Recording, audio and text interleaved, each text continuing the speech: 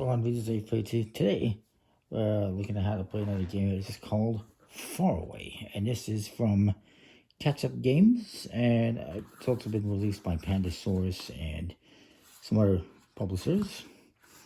And it's a little game here that is for, I'm going to say the player count, 2 to 6 players, ages 10 and up. And it's actually a really big box considering this is what you get to relatively small decks of cards. You also get the rules in English and French in this version at least, and a reference card, and a score pad as well. Now, in this game, you get 2 types of cards. Now, I should mention this game is all about this faraway continent that you're trying to get to, trying to explore, but you never really get there, I guess. Beyond the sea of mist lies Alula, a mysterious continent that you get to travel and discover its wonders, meet its inhabitants, veil its secrets, and gain more fame than your competitors. And you'll be playing this over, I believe it's 8 rounds. And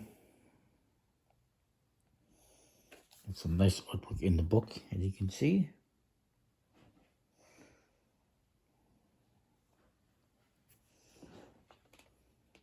Talked about some of the things here. Components, you get 68 region cards and 45 sanctuary cards that have different colors to them, different symbols, and these can provide you with scoring opportunities at the end of the round. And you get the score pad. These cards, I'll show you a couple examples here. There's like a daytime and a nighttime, distinguishable by the color here. There's symbols in the corner for scoring opportunities, and more scoring on the bottom. This is 3 points for each one of these symbols that you have. This is, for instance, 2 points for every nighttime card you have. This is 1 point for every blue and yellow card you have. And some of them have scoring conditions, from what I've seen, attached to them. Like, for instance, for example, this one, you'll get 4 points for each one of these symbols, but you have to have 3 of these symbols. And what's interesting about this game is you're going to be scoring backwards. You're going to have these cards, 8 of them, face down, and you start off with this one and look at it, see if you score any points. 2 points for every nighttime card. I don't have any nighttime cards, so you wouldn't get any points for that. And you move on, and you do the next one, and then the next one. And it's kind of interesting how it works. You can shuffle everything up. Cards are just smooth. That's cool. Finish, by the way. This is a square deck, and this is a mini-sized deck. And what you're going to do, you're going to set up 1 card per player plus 1. So if we do 3 players, you get 4 cards in the middle of the table.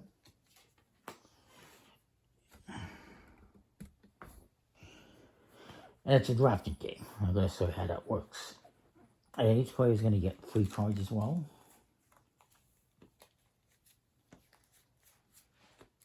Put the rest aside. And we're each going to take a card from our hand, play it face down.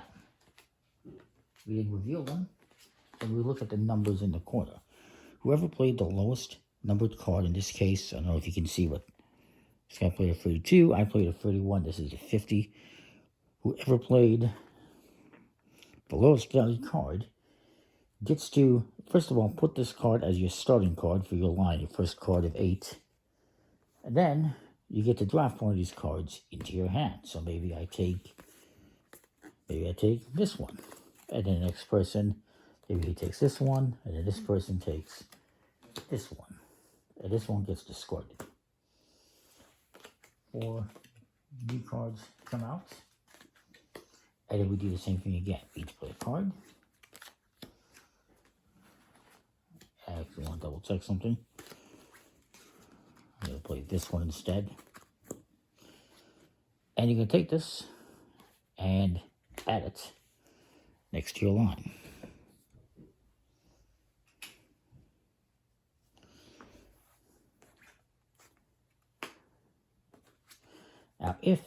this card is of a higher number, and again, you're going to draft. So this guy drafts first. He selects maybe this one, and I select this one secondly, and this guy selects this one. This one gets discarded.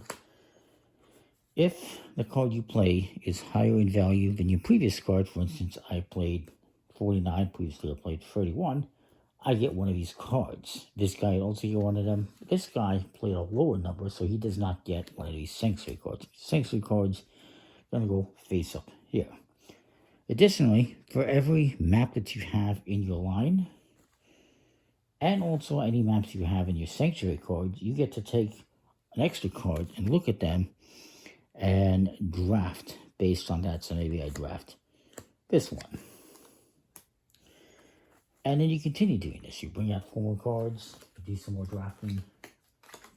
Eventually, you're going to have 8 cards. So let's just fast forward and say we drafted these 8 cards. And I got some sanctuary cards. I'll try to be, I get a sanctuary one there, get one there. Say get another one. And another sanctuary card. And one more. And then all these would get turned face down. So 4, 8 cards. And let's say I have these sanctuary cards here on the bottom. So then you're going to score points. You're going to reveal first one here, and it doesn't have any score on it. It just gives me some symbols, which is fine. It's a good start. The next one is 14 points for if I have 4 of these symbols. I do not have that, so I don't get those points. That was poorly planned. And this next one, it gives me this symbol, and it's 3 points for each one of these kind of symbols, which I don't have any. Actually, I should be checking, do I have any down here?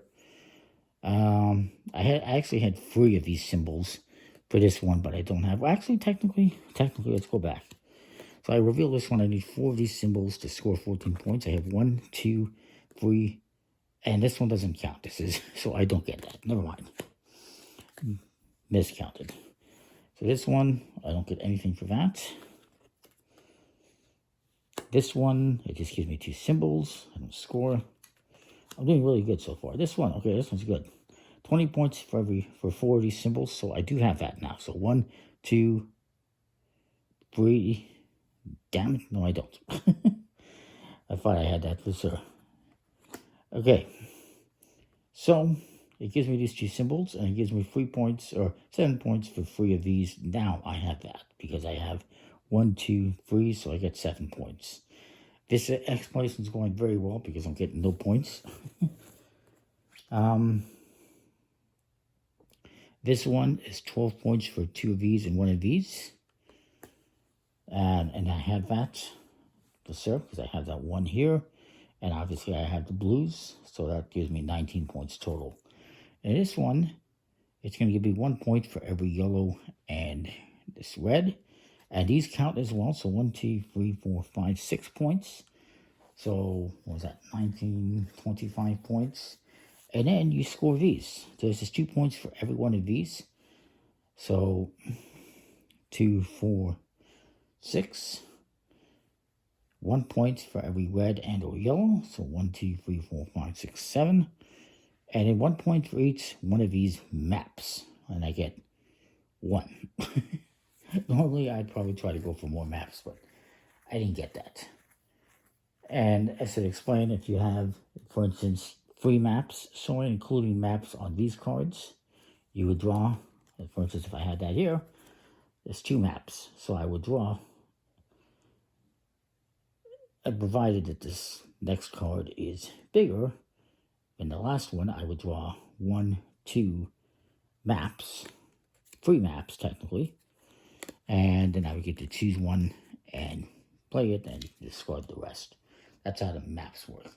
For the symbols, there's also advanced variant, which we won't get into, where you get 5 region cards instead of 3.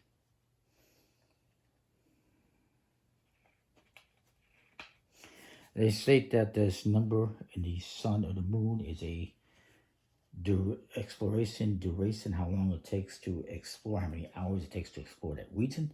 It doesn't really, yeah, there's nothing about that really in the game. The different symbols are described in here. We got Udu stones, which is like the mineral, the ones in the middle kingdom. The Okiko Chimera, which is the wonder of the animal kingdom. That's the animal symbol you see here. And then there is the green symbol seen here, which is a gold log thistle of the plant kingdom. So kind of cool that they have all this kind of like mythology behind it. And then of course you have the maps, or clues as they're called. That's this symbol here is a clue.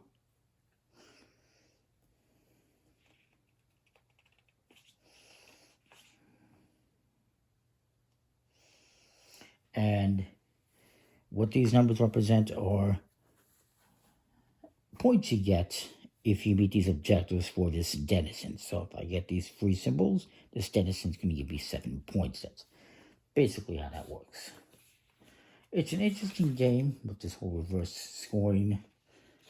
And it's really cool. And of course, you're going to play like 8 rounds, and whoever has the most points at the end wins, as depicted on here. And yeah, it's kind of cool. I like it. It's pretty interesting. That's Faraway. Comment, like, subscribe. Let me know what you think. Don't go too far away, because I'll have more videos coming up today, tomorrow, the day after. Stay tuned. See ya. Thanks for watching.